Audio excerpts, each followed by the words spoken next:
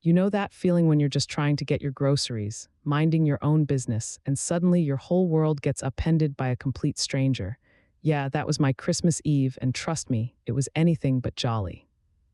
My name's Astrid, and usually my days are spent at a small airport in Germany.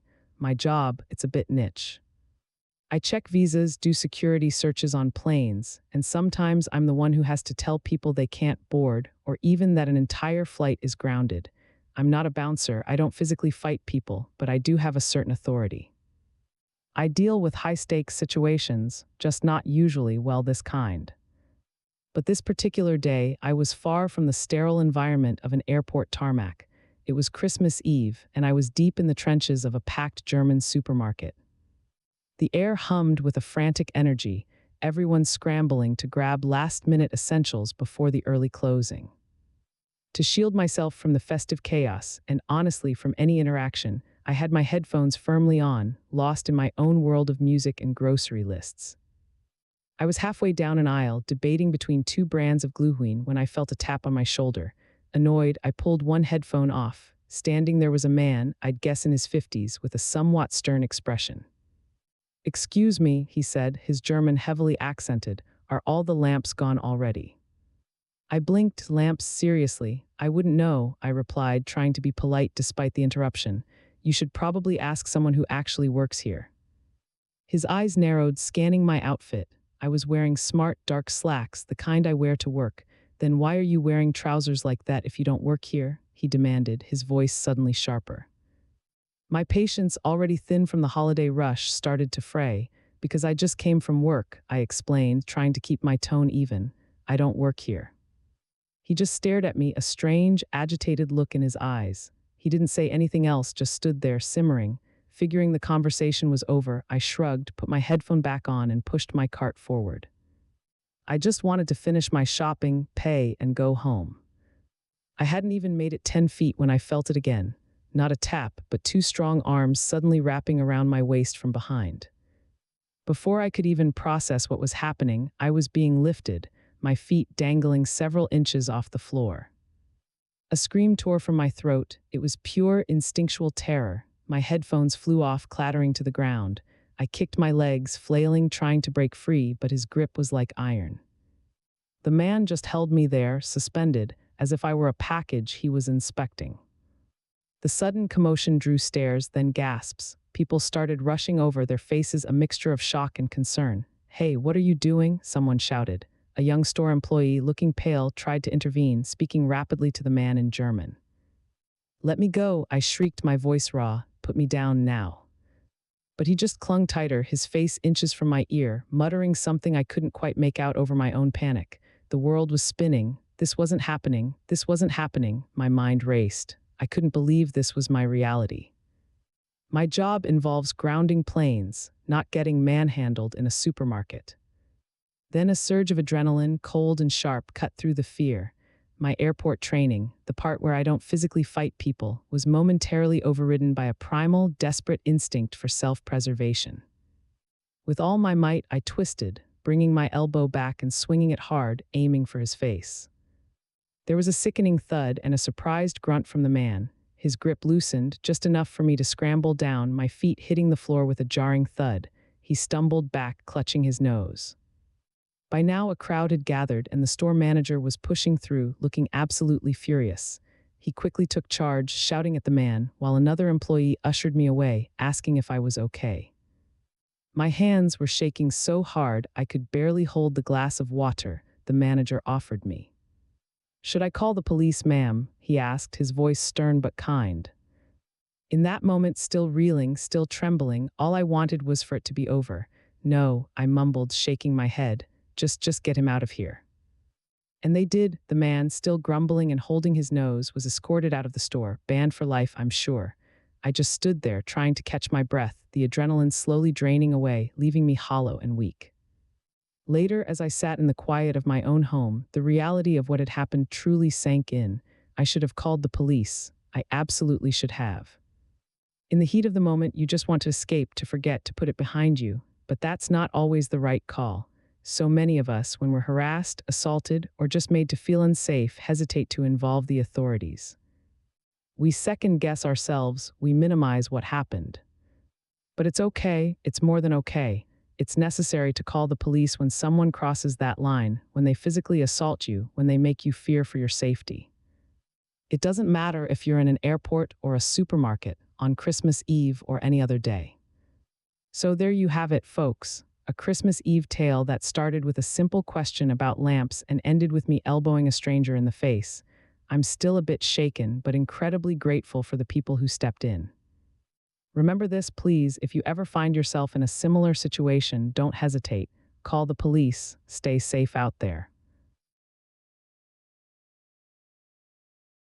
This next one had Reddit losing its mind.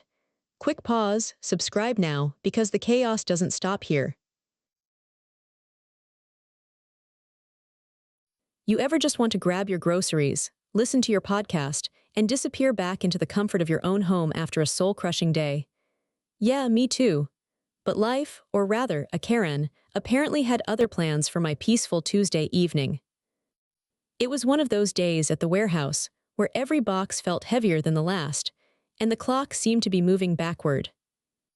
By the time I finally punched out, all I craved was my couch, some easy dinner, and about 12 hours of silence. First, though, a quick stop at the grocery store for some essentials. My brain was already in wind-down mode, so I popped my headphones in, queued up my favorite true crime podcast, and started power walking through the aisles. I know that store like the back of my hand, so I was zipping along, grabbing what I needed, practically on autopilot. I was mid-thought about whether the killer was truly the butler when I felt an insistent tap, tap, tap on my shoulder. I pulled one earbud out, a little annoyed, because who interrupts a good true crime theory? Standing there was a woman, mid-50s, with that tightly wound, disapproving look that just screams, "I need to speak to a manager." I instantly braced myself, even though I was just a customer. It's a gut feeling you develop in the working world. "Excuse me," she huffed, hands on her hips. "Why are you walking so fast?" My eyebrow practically did a solo lift. "Pardon?" I asked, genuinely confused. Was I in trouble for speed walking in a grocery store? I mean, come on. "You heard me," she snapped. "You're practically jogging through here. It's rude and suspicious." Suspicious? I tried to keep my voice even, though my inner monologue was already composing a sarcastic reply. "Ma'am, I'm just trying to get my shopping done. I had a long day at work, and I'm in a hurry to get home." She scoffed, a truly magnificent sound of disdain. "Oh, please, don't play dumb. You work here. I've seen you. You know exactly where everything is. You practically navigated that entire canned goods aisle blindfolded." I stared at her. "Okay, yes, I do know the store layout well. I shop here at least twice a week. That doesn't make me an employee." "No, I don't work here," I said, a little more firmly. "I'm just a frequent customer."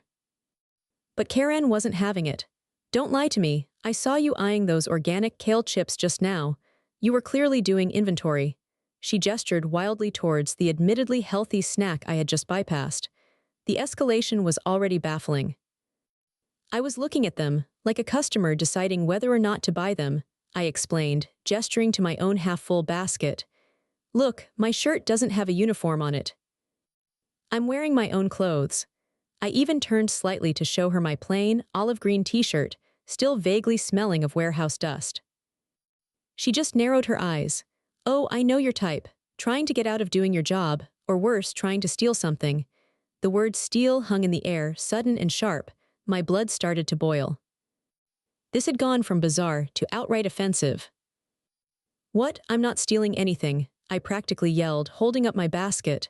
"Are you serious right now?" Her voice rose to match mine. "You're suspicious. Walking too fast, pretending not to work here, probably stashing things in your bag. I want you to go get me a manager right now and tell them you were trying to run off duty and stealing." At this point, a few other shoppers were starting to stare. My face flushed, a mix of anger and mortification. I wasn't going to go get her a manager. I was going to get one for me. I spotted a young guy in a red polo, restocking cereal a few aisles down. "Hey," I called out to him, trying to keep my voice from trembling with fury. "Excuse me, could you please get your manager?" The employee, looking a little startled, nodded and quickly scurried off. Karen, however, took this as some kind of victory. "See, I knew you worked here. You're finally admitting it," she crowed, puffing out her chest. "I'm not admitting anything except that I need an actual employee to deal with you," I shot back, my patience completely evaporated. It wasn't long before a woman with a name tag identifying her as Brenda's store manager approached, looking concerned. "Is everything all right here?" she asked, her gaze sweeping between me and Karen. "No, everything is not all right," Karen shrieked, pointing an accusatory finger at me. "This woman, your employee, is being rude, refusing to help me, and I suspect she's been stealing. She wouldn't even tell me why she was walking so fast." Brenda looked at me, then at Karen, then back at me, taking in my non-uniform and my baffled expression. "Ma'am," Brenda said calmly to Karen, "Astrid doesn't work here. She's a customer." "Nonsense," Karen roared, now red in the face. "She just called your employee over. She knows the store better than anyone. She tried to steal organic kale chips." Brenda's calm facade started to crack.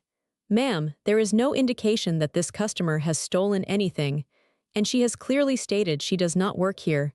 You are causing a disturbance." "I am not causing a disturbance," Karen screamed, now practically vibrating with rage. "You're probably in on it too, you're both thieves. I saw you looking at those kale chips together." She then made a sudden, lunging motion towards Brenda, her hand aiming for the manager's shoulder, as if to physically shake her. Brenda, thankfully, was quicker. She sidestepped Karen's grab with surprising agility, her face now a mask of cold fury. "That's enough, you are banned from this store. Security will escort you out." She pulled out her phone. "And if you ever set foot in here again, we'll call the police for trespassing and assault." Karen sputtered, completely taken aback. "Banned? You can't ban me, I spend money here." "Not anymore, you don't," Brenda said, already speaking into her phone. A few moments later, a burly security guard appeared, looking grim. He gently but firmly took Karen by the arm, who was still yelling about stolen kale chips and corrupt management, and escorted her out of the store. I just stood there, my shopping basket clutched in my hand, headphones dangling, heart pounding. Brenda turned to me, a small, apologetic smile on her face. "I am so sorry you had to deal with that, Astrid." It's fine," I managed, still a bit shaky. "Just a typical Tuesday, I guess." I finished my shopping in a daze, paid, and practically ran home. That night, I didn't make ravioli. I ordered pizza, downed a glass of wine, and sat in stunned silence for a good hour, replaying the absurdity. Sometimes, being a simple working-class girl just trying to get by means you end up in the most ridiculous situations. But at least Karen won't be bothering me at that store anymore. And honestly, that's a tiny victory I'll take. Stay safe out there, people. You never know when you'll encounter your own personal grocery store kraken.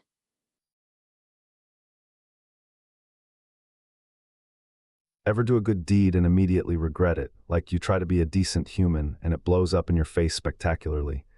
Yeah, that was pretty much my Tuesday afternoon at Walmart, and believe me, it was a real doozy. So I'm just cruising through the cereal aisle, minding my own business, probably humming some random tune under my breath when I spot this woman. She's struggling, really struggling to get something into her cart. It looks like a huge, awkward box of, I don't know, maybe cat litter or a giant bag of dog food, and it's perched precariously high on one of those display end caps. She's short and the box is heavy, and it's clear she's having a tough time without dropping it on her foot or, worse, on some innocent bystander. Now I'm not some saint, right, but I've got a soft spot for people who just need a tiny bit of help. I figured, hey, it's literally a 2-second job for me. Who am I to just walk by when someone's clearly in a pickle? So I step over, reach out, and with a quick, easy motion, I grab the box and gently place it in her cart. She looks up, startled for a second, then her face breaks into this huge, grateful smile. "Oh, thank you so much," she gushes. I just nod, give a small smile back, and say, "No problem, glad I could help." It was a nice little moment, the kind that makes you feel good about yourself for being, a decent human being. Feeling all warm and fuzzy inside, I continue down the aisle, still looking for whatever obscure brand of granola my wife put on the list. I'm maybe 10 feet away when I hear it, a guttural shriek, then rapid footsteps pounding towards me. Before I can even register what's happening, a woman's voice, laced with pure indignation, screams, "You." I turn around and wouldn't you know it, it's the very same woman I just helped, but her face isn't smiling anymore. It's contorted into this furious scowl, and her eyes are narrowed to slits. She's literally power walking towards me, like I've just committed the gravest sin known to man. "You," she repeats, stabbing a finger in my direction. "You saw me struggling and you just walked away." I'm totally taken aback. "Hold on, ma'am," I say, genuinely confused. "I literally just helped you with that box of, what was it, cat food. I put it in your cart." Her face goes even redder. "Not that," she practically bellows, causing a few other shoppers to glance our way. "I needed help with the tall shelf. You just stood there staring at me, and then you ignored me when I needed a ladder." "You're so rude." I'm like, what in the actual heck? My brain is scrambling. "Ma'am, I didn't see you struggling with anything else, and I don't work here. I can't get you a ladder." She scoffs, loud and dismissive. "Don't lie to me. I saw you. You even had that little smirk like you knew I was going to struggle and you were just going to watch. You're just lazy. Get me a ladder right now, or I'm calling your manager." I'm trying to stay calm, but it's getting harder. "Look, I really don't work for Walmart. See, no uniform, no name tag. I'm just a customer trying to buy my groceries, same as you." I gesture vaguely at my t-shirt and jeans.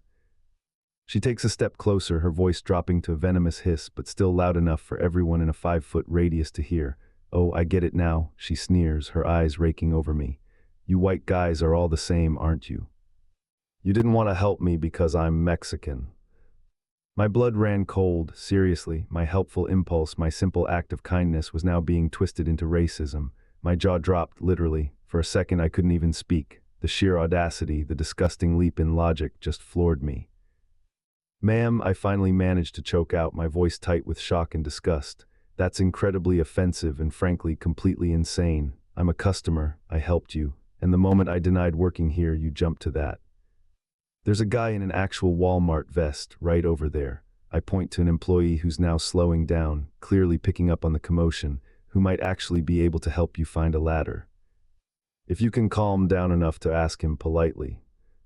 I didn't stick around for the inevitable manager intervention. I just shook my head, my good deed thoroughly soured, and practically jogged out of that aisle. Sometimes, folks, trying to be nice just isn't worth it, especially not at Walmart. Don't miss this next video, it's a good follow-up.